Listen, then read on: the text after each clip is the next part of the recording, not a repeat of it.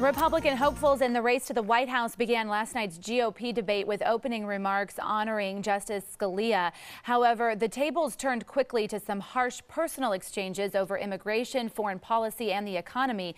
Donald Trump and Jeb Bush fought over the Middle East and Bush's legacy, while Ted Cruz and Marco Rubio accused each other of lying over immigration policies. The two leading Republican candidates entered the ring toward the end of the evening, Cruz questioning Trump's pro-life credentials, while the billionaire slammed the Texas senator as a liar. The GOP primary in South Carolina is slated for February 20th, and current polls have Rubio third with Trump and Cruz in the lead.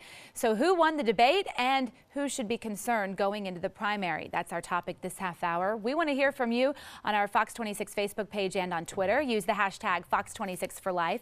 Joining us live in the newsroom is our panel led by our senior legal analyst Chris Tritico, our news analyst Mustafa Tamiz, who's often involved with strategy for Democratic candidates, and public policy analyst Jackie Bally, who's often involved with Republican candidates and planning their strategy. Good morning again. Good morning. All right, so what do you guys think? Did anyone really stand out last night to you? Well, Jeb Bush came in and came in ready for a fight and took it straight to Donald Trump.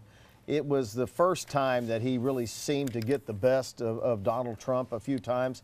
He came right at him and really took it to him. He has got to get something going, and it's probably too late in my view, but that was probably the best showing of the night, and Jeb Bush's best showing yet. Well, I think in South Carolina, the Bush family is taking claim. All of them are there. They're campaigning very hard. Former President Bush is going to speak a Monday night right before the election. He dusted W off and pulled him out. I don't know if that's going to help. And so I think all chips are in. But if you think about it, if he comes in third, which is what's likely to happen, then the establishment has a different candidate every primary coming in third place. Therefore, there is no consolidation of it. And Trump and Cruz are sailing right through. Ted Cruz is looking like he's going to finish second in this. That would be 2 seconds in a first. And to Donald Trump, what's that going to do? We have to remember, back in 2008, at this time, Hillary Clinton was still the Democratic front runner. So we're still pretty early in the process. For full disclosure, of course, I'm on Ted Cruz's team. But Ted will probably, the polls are showing that he's in second place. He had a very good showing last night. One of the best parts was when Rubio questioned his Spanish-speaking abilities and Ted responded in Spanish. And anyone who knows Ted knows he is fluent in Spanish. I do think that Bush had a very good showing last night. I don't know why that matters, by the way. Well, it did for some reason. Rubio felt the need to bring that up. But Bush had a very good showing last night. He was very aggressive. His family is going to be on the campaign trail. He has a large following in South Carolina. So we'll see if that will push him to the forefront. But this is the year of anti-establishment. You're seeing it with Bernie Sanders. And that's what I want to ask you. Does George Bush help?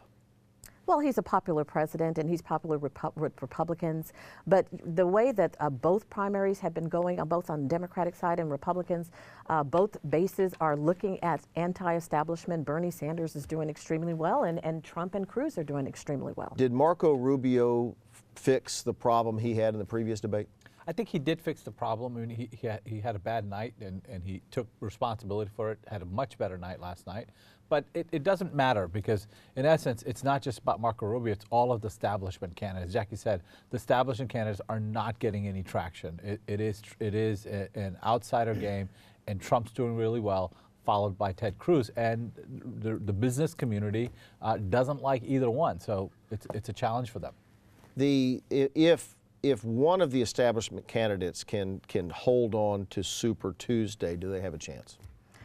Well, we're going to have to see that battle go on between Kasich, Rubio, and Bush. Right now, Rubio has the lead.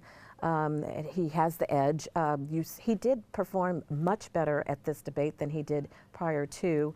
I think, again, you're going to see Rubio and Bush continue to go back and forth. I don't think Kasich has the resources to continue down the road as Bush and Rubio do.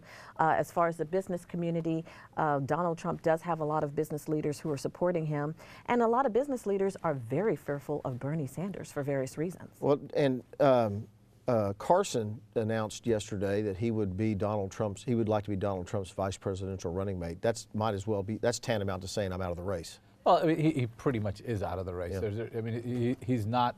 His numbers aren't growing.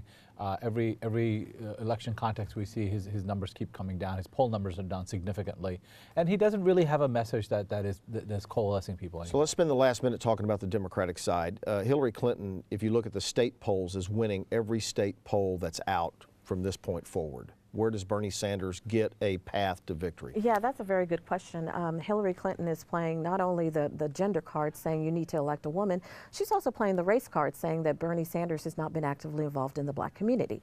So Bernie has been meeting with Al Sharpton, Black Caribbean Harry Belafonte, and he just got endorsed by Benjamin Jealous, who is the former NAACP president, and he has said to Hillary, do not take the black vote for granted. The black community loved Bill Clinton, but she is not Bill Clinton. What about it?